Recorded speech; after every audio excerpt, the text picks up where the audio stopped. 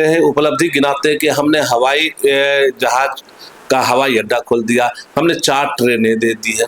तो भैया ये 4 ट्रेनें आपने किसके लिए दी है? वो जो पलायन कर रहे हैं उसके लिए दी है। हम तो में एक फैक्टर देखा जा रहा है, असदुद्दीन ओवैसी साहब वाला। वो लगातार ये कह रहे हैं कि हमें इंडिया गठबंधन में शामिल किया जाए, लेकिन आप लोग उसको शामिल नहीं कर रहे हैं। अब वो सीमांचल में यात्रा निकाल रहे हैं और बड़ी भीड़ नजर आ रही है। क्या लगता है वो एक फैक्टर होंगे? कि जिस प्रकार राहुल गांधी ने कांग्रेस में जान फूंकने का काम किया, जिस तरह वो जमीन पर पैदल चल करके कांग्रेस को मजबूती प्रदान की, आज मैं बेखौफ इस बात को करने के लिए तैयार हूँ, उसका 25% भी हमारे स्थानीय तौर पर जो नेता हैं अगर उतनी मेहनत करते, आम जन की बात सुन करके उनके समस्या का समाधान करते, तो निश्चित रूप से आज भी लोगों के हर गांव में, हर घर में कांग्रेस के प्रति जो प्यार है वो प्यार फिर बाहर आ जाता। स्वागत है द आवाज टाइम्स में। मैं कामरान सैफ। इन दिनों द आवाज टाइम्स की टीम सीमांचल के एरिया को कवर कर रही है। इसी बीच ग्राउंड रिपोर्टिंग के दरमियान ये जानना भी बेहद ज़रूरी है उन प्रतिनिधियों से या उन पॉलिटिक्स पर नज़र रखने वाले लोगों से, ताकि वो ये बता सकें कि सीमांचल की पॉलिटिक्स किस तरीके से रही है 90 के दशक के बाद और उससे पहले, और उसके अलावा अभी वर्तमान में किस तरीके की राजनीति यहाँ हो रही है। इसके लिए हमने सीमांचल के अररिया में आज हम जिनका इंटरव्यू करने जा रहे हैं वो एक अहम शख्सियत है। वो इससे पहले अररिया के प्रवक्ता भी रह चुके हैं कांग्रेस के, उसके अलावा काउंसलर भी हैं और वर्तमान में सेवा दल कांग्रेस के बिहार महासचिव भी हैं। ताकि हम उनसे बात करने की कोशिश करेंगे कि आखिर सीमांचल की राजनीति किस तौर पर आगे बढ़ रही है और पहले की राजनीति किस तरीके की थी। बहुत बहुत स्वागत है आपका हमारे। आपका भी आवाज़ टाइम्स का भी हम स्वागत करते हैं और आपके जितने भी दर्शक हैं हम सब का हार्दिक अभिनंदन करते हैं, स्वागत करते हैं। सबसे पहले सवाल मेरा ये रहेगा कि आप 35 सालों से लगभग आप कांग्रेस से जुड़े हुए हैं और उस राजनीति को आप देखते हुए आ रहे हैं। NSUI में भी आप थे, यानी कि स्टूडेंट छात्र के वक्त से ही आप कांग्रेस से जुड़े हुए हैं। तो मैं ये जानना चाहूँगा कि जो कांग्रेस की पहले की पॉलिटिक्स थी, 2000 से पहले की पॉलिटिक्स थी, और अब की जो पॉलिटिक्स है उसमें कितना फ़र्क आया है कांग्रेस का? एक्चुअली कांग्रेस की पॉलिटिक्स में फ़र्क इतना सा आया है कि कांग्रेस मार्केटिंग नहीं कर पाई आज तक। जो पहले हम लोगों ने काम किया, जो कांग्रेस पार्टी ने पहले जो काम किया है उस काम को वो भुना नहीं पाया। काम हमारा जो मानना है, व्यक्तिगत मेरा जो मानना है, कांग्रेस पार्टी देश सेवा, देश हित, आम जन के हित के लिए काम कर रही थी, तो वो प्रचार का माध्यम नहीं बना सकी या उसका मार्केटिंग नहीं कर सका। और धीरे धीरे क्या हुआ कि स्थानीय क्षेत्रीय पार्टियां, वो क्षेत्रीय पार्टियां जो है जाति बिरादरी के नाम पर जो पॉलिटिक्स करना शुरू किया, तब से जो है कांग्रेस का ग्राफ थोड़ा नीचे आया है। और अभी की अगर बात करें, जैसे राहुल गांधी ने वोटर अधिकार यात्रा किया है, उसके अलावा बिहार पर अभी CWC की मीटिंग भी हुई है, तो ऐसा लोगों का कहना है, जो लोग पॉलिटिक्स पर नज़र रख रहे हैं, कि जो कांग्रेस के कार्यकर्ता हैं वो एक तरीके से रिचार्ज हो गए हैं। तो क्या आपको ऐसा लगता है कि अब कुछ नया हो सकता है कांग्रेस में? बिल्कुल, कांग्रेस जितने भी वर्तमान में जो भी कांग्रेस जिस तरीके से काम कर रही है, हमारे बहुत सारे प्रोग्राम आए, आपको हर घर झंडा, हर घर तिरंगा, उसके अलावा जो है माँ बहन मान योजना, उसके बाद हर घर अधिकारी योजना, और क्षेत्र में जाके हम लोगों ने जब काम किया है तो लोगों में कांग्रेस के प्रति अभी भी मोहब्बत है। लेकिन क्या है कि बिल्कुल मैं ये इसके साथ बेखौफ होकर कह सकता हूं कि जिस प्रकार राहुल गांधी ने कांग्रेस में जान फूंकने का काम किया, जिस तरह वो जमीन पर पैदल चल करके कांग्रेस को मजबूती प्रदान की, आज मैं बेखौफ इस बात को करने के लिए तैयार हूँ, उसका 25% भी हमारे स्थानीय तौर पर जो नेता हैं अगर उतनी मेहनत करते, आम जन की बात सुन करके उनके समस्या का समाधान करते, तो निश्चित रूप से आज भी लोगों के हर गांव में, हर घर में कांग्रेस के प्रति जो प्यार है वो प्यार फिर बाहर आ जाता।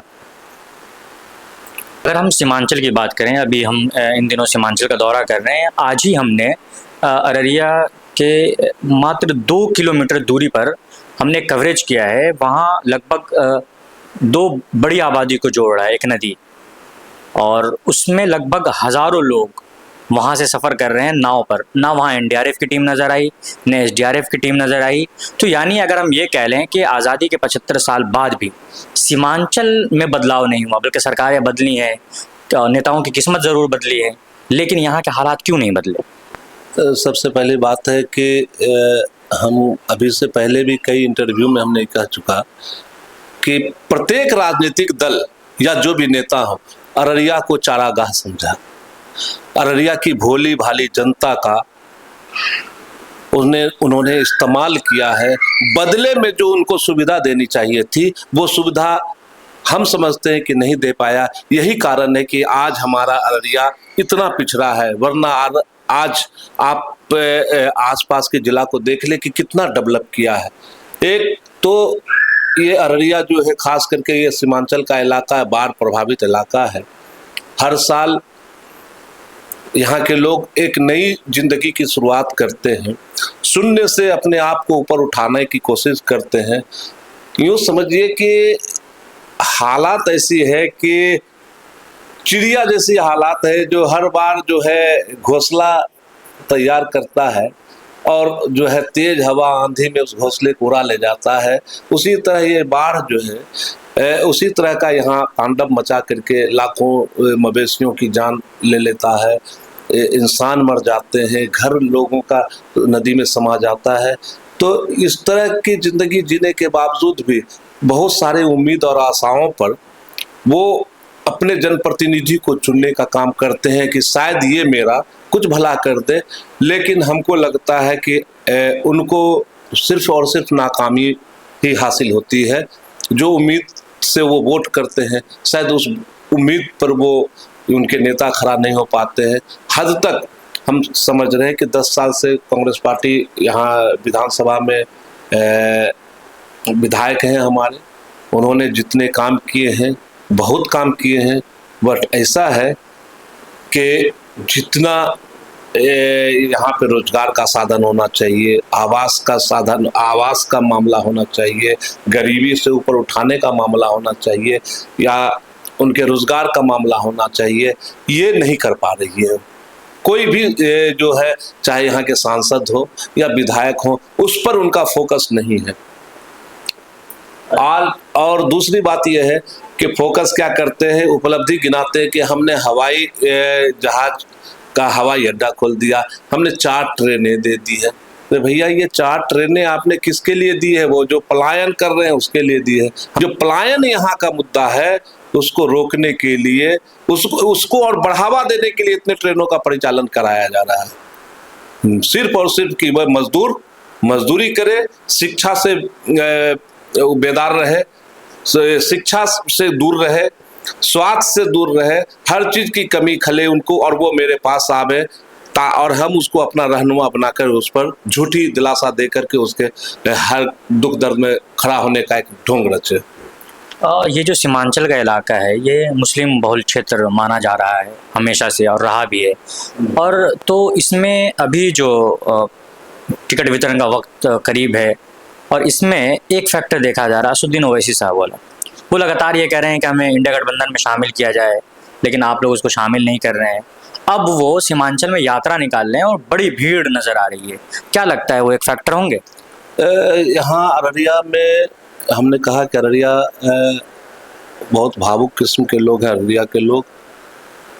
अब जहाँ तक भीड़ की बात है, असदुद्दीन ओवैसी एक सांसद हैं, और सोशल मीडिया से लेकर प्रिंट मीडिया, इलेक्ट्रॉनिक मीडिया या सदन में लोग गरजते देखते हैं उनको, तो लोगों को लगता है कि वो हैं कैसे, उनको देखने की भीड़ लगती है यहाँ। बट ऐसा है कि अररिया में, खास करके सीमांचल में, जो पहले हो चुका, जो ठगे जा चुके हैं, वो भी अपना दल बदल लिए। जब उनकी नीति को उन्होंने देखा, कई नाम हैं हमारे विधायक के, शाहनवाज साहब हैं, उसके अलावा किशनगंज के और भी विधायक हैं हमारे, किशनगंज डिस्ट्रिक्ट से कई विधायक हैं, पूर्णिया से भी कई विधायक हैं। वो तो गए, जीते मीम से। आखिर ऐसी क्या बात आन पड़ी जो उनको फिर रिटर्न उस पार्टी को छोड़ करके जो सेकुलरिज्म की बात करने वाली जो है पार्टी, राजद हो या कांग्रेस हो, उसमें उनका आना पड़ा, ये भी एक सोचने का विषय है। तो कहा यह जा रहा है कि उनको खरीद लिया गया है, किनको खरीद लिया गया? आरजेडी ने उसको खरीद लिया है। हम तो समझते हैं कि आरजेडी को अगर खरीदने की क्षमता है तो उससे कई गुना ज्यादा क्षमता असदुद्दीन ओवैसी साहब रखते हैं। ये मिथ्या है। लोग, यहाँ के लोगों को अमन पसंद है। जिस तरह यहाँ लोग आरएसएस विचारधारा से नफरत करते हैं, हम समझते हैं कि अररिया के लोग उसी तर्ज पे जो सिर्फ और सिर्फ जातिवाद की राजनीति करते हैं उसको पसंद नहीं करते हैं। यह सेकुलरिज्म वाली धरती है, यहाँ सेकुलरिज्म को पसंद किया जाता है और लोग सेकुलर विचारधारा के लोग हैं। इसीलिए असदुद्दीन ओवैसी साहब बहुत बड़ा फैक्टर अररिया में या सीमांचल में अब नहीं रह पाएंगे। अभी आज ही की खबर है कि इलेक्शन कमीशन ने तेज प्रताप यादव को एक चुनाव चिन्ह दे दिया है। वो भी एक अलग पार्टी बना रहे हैं और बना लिया है उन्होंने, अब वो इलेक्शन लड़ेंगे। तो क्या नहीं लगता है आपको कि इंडिया गठबंधन में इससे कोई फर्क पड़ेगा? देखिए, हम तो समझते हैं, अभी हमारे पास लिस्ट नहीं है। इस बिहार में बहुत सारी पार्टियां हैं, बहुत सारी पार्टियां हैं। कोई किसी की पार्टी है, कोई किसी की पार्टी है, कोई किसी की पार्टी है। हजारों बैनर लगते हैं यहाँ कि इस पार्टी के राष्ट्रीय अध्यक्ष हो, तो अकेले ही रहते हैं बेचारे।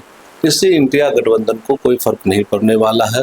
चाहे वो कोई नई पार्टी बना करके आ जाए, इंडिया गठबंधन को उससे कोई फर्क नहीं पड़ सकता। हाँ, कुछ वोट उसके पाले में जा सकता है, कुछ परसेंटेज, 1%, 2%, 3%, चाहे वो निर्दलीय ही। आप देख लीजिए ना, आप अगर पार्टी के आप लोगों की एक नेचर, हम मीडिया में हम एक चीज को हम देखते हैं कि तिल को तार बनाने की जो नीति आप लोगों की है, बहुत बड़ा फेस प्रोजेक्ट करना, हम समझते हैं कि ये सिर्फ और सिर्फ लोगों के ध्यान को भटकाने का या लोगों के ज़हन को तोड़ने का आप लोगों का ये इरादा है। और वास्तविकता ये है कि आप देखते होंगे कहीं कहीं किसी उम्मीदवार से ज़्यादा वोट नोटा में जाता है। क्या आपको क्या लगता है कि लोग, इतने लोग में से ज़्यादा लोग बिल्कुल ही माने किसी उम्मीदवार को पसंद नहीं करके नोटा में दबाते हैं? नहीं, भूल चूक से नोटा में दब जाता है। अनपढ़ गंवार, जिनको समझ में नहीं आता है, जो भोली भाली जनता है, जो बहुत एजेड है, उनको लगता है जो सामने में आता है उसी बटन को दबा देते हैं, हम वोट दे देंगे हम बाबू। लेकिन उनको ये इल्म नहीं होता है कि हम वोट दिए तो किसको दिए हैं। बात तो नई पार्टी, जैसे आपने कहा नई पार्टी, बात नई पार्टी की नहीं है, बात है कि वो लालू प्रसाद यादव के बेटे हैं। तो लालू प्रसाद यादव के बेटे हैं तो सिर्फ एक विधायक थे ना वो, अब एक पार्टी बना ली है। वो तो जान रहा है कि उसी घर के मेंबर है, अभी अलग पार्टी बना ले या और कुछ बना ले। लोग इंडिया गठबंधन को चाहते हैं। आज वर्तमान समय में बिहार में इंडिया गठबंधन की जो चाहत है लोगों में, वो भरपूर मात्रा में है और बिल्कुल उसके प्रति लोग उतावला है कि जल्द से जल्द ये जो गुंडा राज है, नीतीश कुमार का गुंडा राज है, ये जो अफसरशाही है, ये हत्या लूट का जो सरकार है, ये जल्द से जल्द जाए और एक नई सरकार आए जिसका नेतृत्व कांग्रेस पार्टी और इंडिया गठबंधन की तरफ से की जाए। जनसुराज पार्टी भी इस बार इलेक्शन लड़ेगी और काफ़ी प्रचार प्रसार चल रहा है उनका, भीड़ भी जुट रही है। प्रशांत किशोर किंग मेकर कहला रहे हैं और कहलाए पहले भी उनका जो ऐसा कुछ काम रहा है जिसकी वजह से, चूँकि वो 2014 में भी, देखिए वो शुरू से एक वो क्या है, एक मैनेजमेंट कमेटी है। वो कभी वो भाजपा को जिताने का काम करते हैं, भाजपा के लिए काम करते हैं, कभी कांग्रेस के लिए, कभी जदयू के लिए, कभी अन्य पार्टियों के लिए वो काम करते हैं। तो उनके पास एक प्लान है, उसी प्लान के तहत अभी तो वो बेचारे बहुत अच्छा काम कर रहे हैं कि सिर्फ पोल खोल वाला काम कर रहे हैं और जमीनी हकीकत जो है उससे दूर है। तो अब लोग समझने लगे हैं कि जो भी इस तरह की जो बातें करके बरगला के एक नई बात कर करके जो है हम लोग को भटकाएगा, ऐसा कुछ नहीं। हाँ, कुछ परसेंटेज, हमने पहले भी कहा कि कुछ परसेंटेज वोट किसी रूप में चला जाए, लेकिन आप किसी पार्टी के हैसियत से समझिएगा कि उसको वोट मिल जाए, वो हम समझते हैं कि नहीं होगा। लेकिन विधानसभा का जो इलेक्शन होता है उसमें जो फैसले आते हैं वो बहुत ज़्यादा फर्क नहीं होता हर जीत में, 4,000, 5,000, 2,000, 3,000। अगर इस तरीके की तमाम पार्टी 2-2 हज़ार वोट काट ले तो फिर तो आपका नुकसान होगा। नहीं नहीं नहीं, देखिए ये जहाँ तक हमारा नुकसान का बात है, हम तो वोट चोरी से परेशान है भाई। जिसका कमान हमारे राहुल जी ने उठाया है, संभाला है, और पूरे बिहार में घूम घूम करके इस बात को बिल्कुल सत्य कर दिखाया है कि वोट चोरी, इस सरकार, ये जो सरकार बनी है कंप्लीट वोट चोरी पर बनी है। और उन्होंने एक नहीं सैकड़ों सबूत दिए हैं। खुद हमारे पास यूँ समझ लीजिए कि अररिया जिला में 8,000 फर्जी वोटर, माने फर्जी वोटर क्या, रिपीटेड वोटर, यूँ समझिए कि रिपीटेड वोटर हम लोगों ने अभी चुन करके दिया है इलेक्शन कमीशन को, डिस्ट्रिक्ट इलेक्शन कमीशन को, कि ये भाई आपका डबल नाम है। ये आदमी अगर यहाँ वोट गिराता है तो फिर ये आदमी कहाँ वोट गिराता है। तो ऐसे नाम हमने दिए हैं। तो पूरे बिहार में इस तरह की बातें हैं कि वोट चोरी से बनी हुई ये सरकार है। हम समझते हैं कि अगर हम लोग कंसस है, जिस तरह राहुल गांधी ने इलेक्शन कमीशन ऑफ इंडिया के चीफ के खिलाफ मोर्चा खोला है और वोट चोरी के खिलाफ मोर्चा खोला, उससे अब ऐसी नौबत नहीं आएगी। मैं इसी पर आता हूँ, वोटर अधिकार यात्रा की जैसे आपने बात की, तो वोटर अधिकार यात्रा आपका हुआ और काफ़ी भीड़ जुटी, और क्या लगता है कि वो भीड़ वोट में कन्वर्ट हो पाएगा? बिल्कुल बिल्कुल बिल्कुल बिल्कुल। देखिए क्या है कि आप